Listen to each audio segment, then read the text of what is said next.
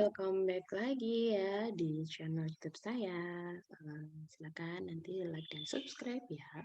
Untuk materi pelajaran kita kali ini, kita akan membahas tentang eh, dasar-dasar pemetaan, penginderaan jauh, dan sistem informasi geografis. Jadi ini kita basicnya itu kita akan mengetahui seperti apa sih pemetaan itu, serta penginderaan jauh, dan sistem informasi geografis. Sebelum itu, jangan lupa ya, silakan nanti like dan subscribe di channel YouTube saya. Yang pertama, oke, kita akan mulai tentang pengetahuan dasar pemetaan dan penginderaan jauh dan SIG ya di sini. Oke, untuk yang pertama kita akan mengetahui seperti apa dasar-dasar peta itu. Jadi, peta itu bentuknya seperti apa, modelnya seperti apa, cara gambarnya bagaimana, dan cara pemakaiannya seperti untuk apa saja.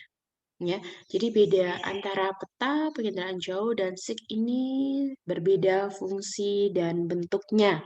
Ya, jadi eh, ketiga dari bentuk peta, penginderaan jauh, dan SIG ini memiliki bentuk-bentuk yang juga berbeda. Bab pertama kita membahas tentang peta, bab kedua kita akan membahas tentang penginderaan jauh.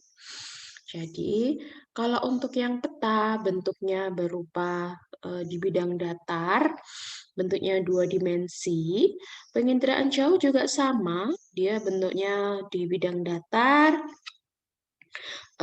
di dua dimensi. Lalu ada perbedaannya antara peta dan penginderaan jauh. Kalau penginderaan jauh dia lebih seperti ke foto aslinya atau foto semuanya juga ada.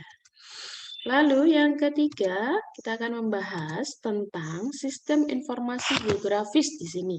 Ya, jadi bahas tentang sistem informasi geografis itu adalah perpaduan antara peta dengan penginderaan jauh dimasukkan menjadi satu di sistem informasi geografis.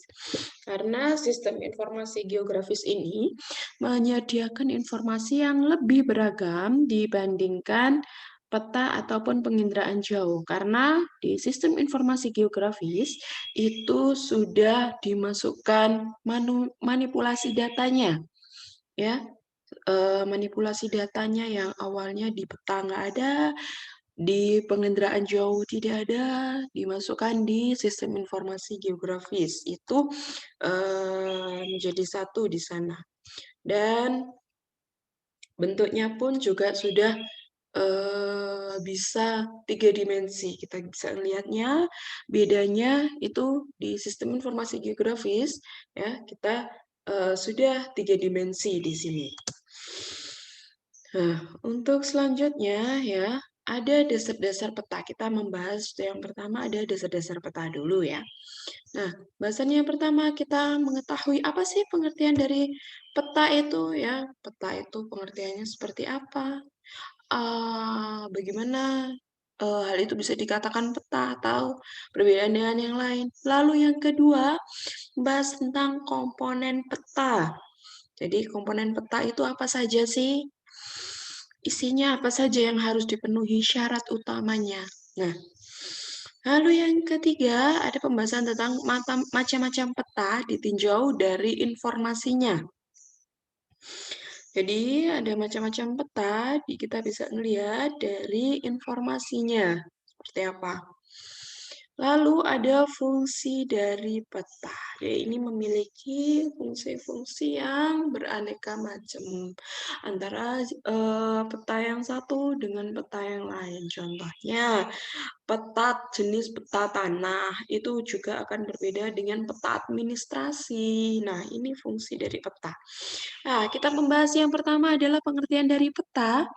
Peta itu merupakan suatu gambaran atau representasi unsur-unsur ketampakan abstrak yang dipilih dari kenampakan bumi yang ada kaitannya dengan permukaan bumi atau benda-benda angkasa. Itu menurut ICA, International Cartographic Association. Jadi, peta itu kita lebih menggambarkan, ya, menggambarkan unsur-unsur yang abstrak, ya, yang ada di permukaan bumi itu yang ada kaitannya dengan bumi. Jadi digambarkan dalam bidang datar. Intinya, peta itu digambarkan dalam bidang datar yang diskalakan di sini ya. Ada skalanya seperti itu ya. Seperti apa sih skala dari peta di sini? Intinya seperti itu. Nah, dengan adanya peta yang digambarkan di permukaan bidang datar ini atau 2 dimensi ini, kita juga bisa mengerti nih gambaran permukaan bumi kita seperti apa gitu. Jadi nggak ngawang-ngawang lagi nih bentuknya. Umpamanya nih kita berada di Kota Malang. Bentuknya Kota Malang, wilayah administrasinya seperti apa gitu ya. Lalu ada komponen peta di sini. Komponen peta di sini ada yang pertama adalah syarat terbentuknya peta ya. Komponen peta di sini adalah syarat terbentuknya peta. Yang pertama harus ada judul ya. Yang pertama harus ada judulnya. Judul ini penting untuk mengetahui jenis peta apa yang akan kita baca, kita interpretasi di sini. Ya, tanpa adanya judul kita akan bingung ya. Umpamanya di sini sudah ada wilayahnya, tetapi judul petanya tidak ada. Kan jadi bingung akhirnya ya. Kalau umpamanya sudah ada, judulnya adalah Peta Kota Malang. Berarti kita membaca Kota Malang itu seperti apa wilayah administrasinya, seperti apa lebarnya, luasnya. Nah, kita akan mengetahui, oh ternyata ini pembahasannya tentang petanya, judulnya adalah Peta Kota Malang. Jadi kita sudah tahu ya, Peta Kota Malang di sini. Lalu yang kedua, tanda arah. Ini pun penting. Arah itu menunjuk ke arah atas ya. Kalau kita melihat dia selalu menunjuk ke arah atas. Nah, menunjuk ke arah atas itu berarti arah di atas itu menunjukkan arah utara. Ya. Atas, utara, bawah, selatan, di kiri, barat, kanan, timur. Kiri kita barat, kanan kita timur kalau arah utaranya berada menuju ke atas, seperti itu. Itu cara membaca peta ya untuk menunjukkan arah ya itu tadi. Legenda, legenda itu merupakan kumpulan dari simbol-simbol yang dijadikan satu. Di sana sudah ada informasi-informasi jika ada garis lurus gitu, ada yang menunjukkan jalan. Jika ada yang berkelok-kelok warnanya biru itu menunjukkan sungai. Satu daerah itu biasanya menunjukkan waduk atau danau. Nah, seperti itu. Itu menunjukkan legenda ya. Di sana sudah ditunjukkan seperti apa sih peta itu. Kumpulannya simbol-simbol ada di legenda. Warna hijau untuk menggambarkan wilayah dataran rendah atau dia menunjukkan dataran tinggi. Warna hijau untuk dataran rendah, mohon maaf. Untuk warna kuning atau warna coklat itu menunjukkan pegunungan atau dia daerah gunung. Kalau coklat gunung, kalau kuning daerah dataran tinggi. Kalau warnanya biru itu menunjukkan wilayah perairan. Jadi warna biru itu biasanya menunjukkan wilayah perairan, entah itu sungai atau dia di laut, seperti itu. Garis astronomis ada 2, garis lintang yang dia horizontal, garis bujur yang dia vertikal. Lintang berarti dari kiri ke kanan, bujur dari atas ke bawah. Itu garis astronomis. Lintang menunjukkan perbedaan iklim, ya musim. Bujur menunjukkan garis waktu, perbedaan waktu di belahan dunia. Insert. Nah, insert di sini adalah bagian peta yang tidak tergambarkan di dalam peta yang jika dia harus digambarkan itu membuat petanya menjadi lebih berskala kecil sehingga untuk kedetailannya itu semakin tidak detail. Akhirnya membuat peta tersebut tidak begitu akurat ya. Nah, makanya wilayah yang tidak tergambarkan di dalam peta itu diinsertkan ya. Dia diinsertkan di wilayah sendiri ya. Jadi disisipkan di peta utama ya. Jadi ada sisipan di sini ya. Namanya adalah insert.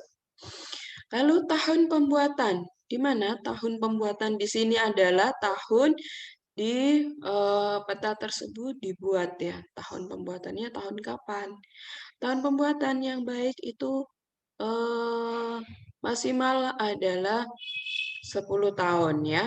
Nah, di sini tahun pembuatan di sini adalah paling bagus adalah 1 sampai 5 tahun ya. Lebih dari itu kenapa kok harus ada peta pembuatan? Karena yang namanya lahan, yang namanya bentuk permukaan bumi itu selalu berubah.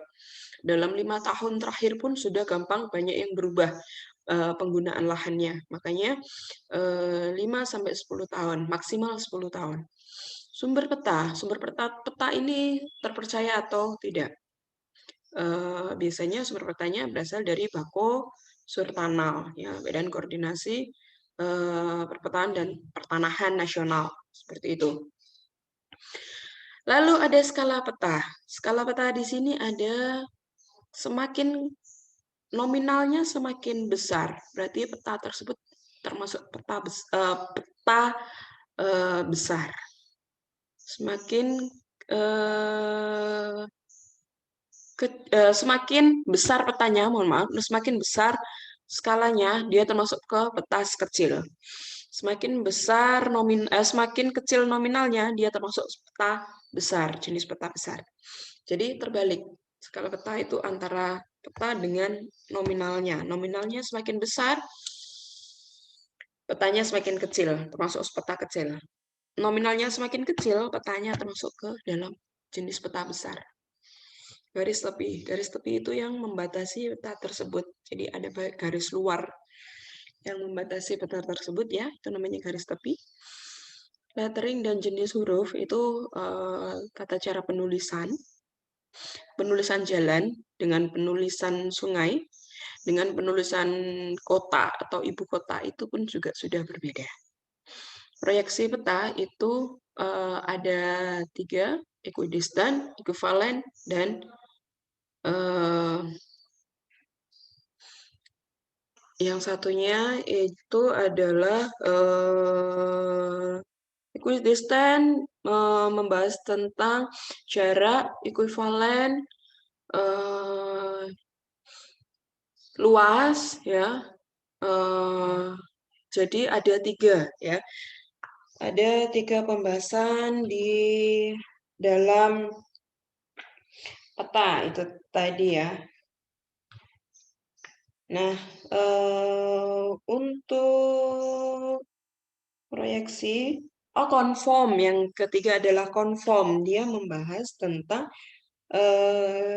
bentuknya, konformnya atau bentuknya. Ya, jadi itu proyeksi peta.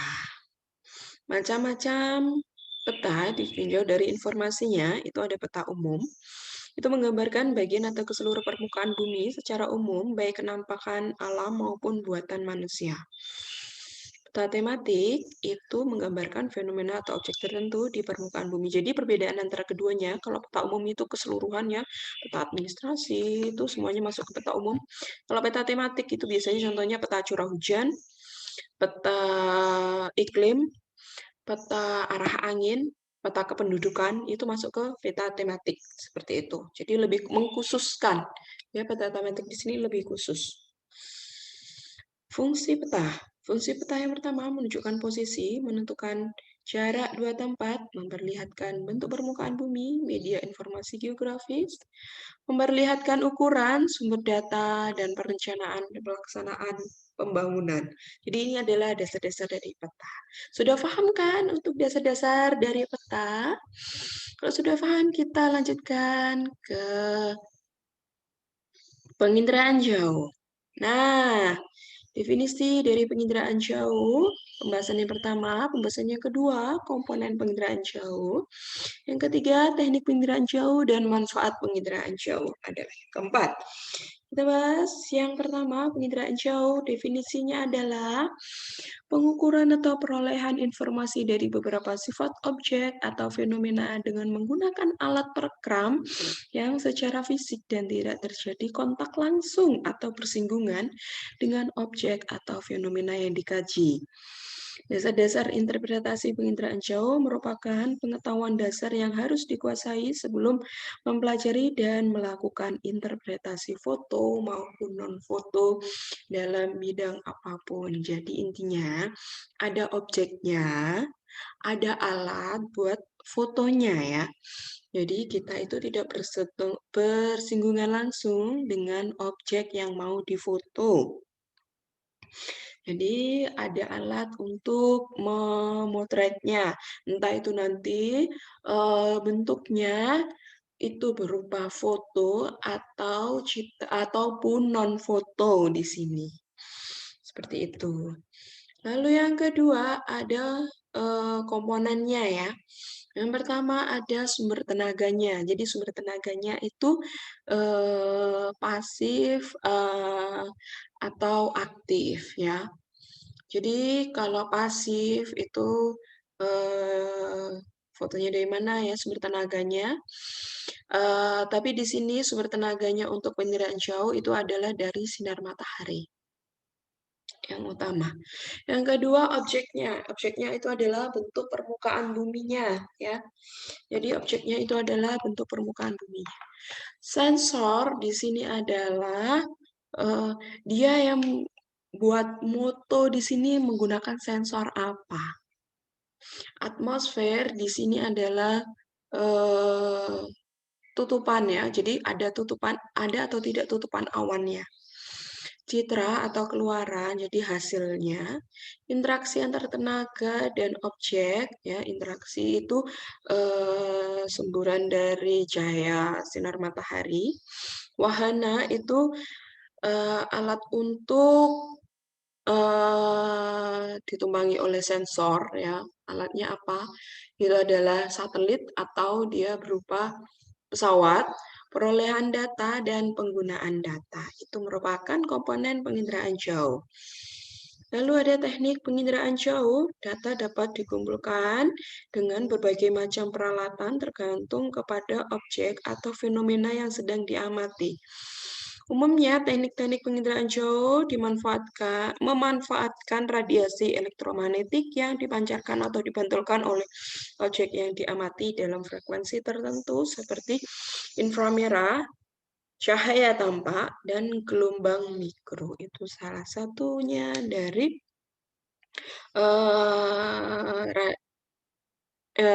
radiasi elektromagnetik.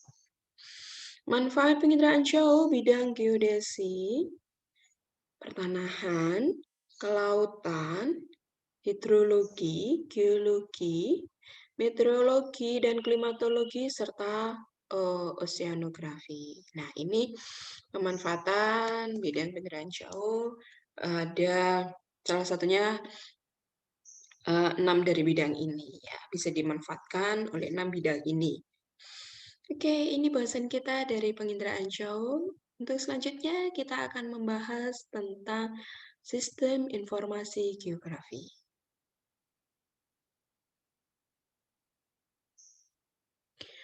Pengertian dari SIG ya, yang pertama, menurut Aronoff tahun 1989, sistem informasi geografi adalah sistem informasi yang didasarkan pada kerja komputer yang dimasukkan, mengelola, memanipulasi, menganalisa data, serta memberi uraian. Jadi, dia ada data mentahnya itu dimasukkan ke dalam software ya, kita mengelolanya lewat software, dimanipulasi dan dianalisis.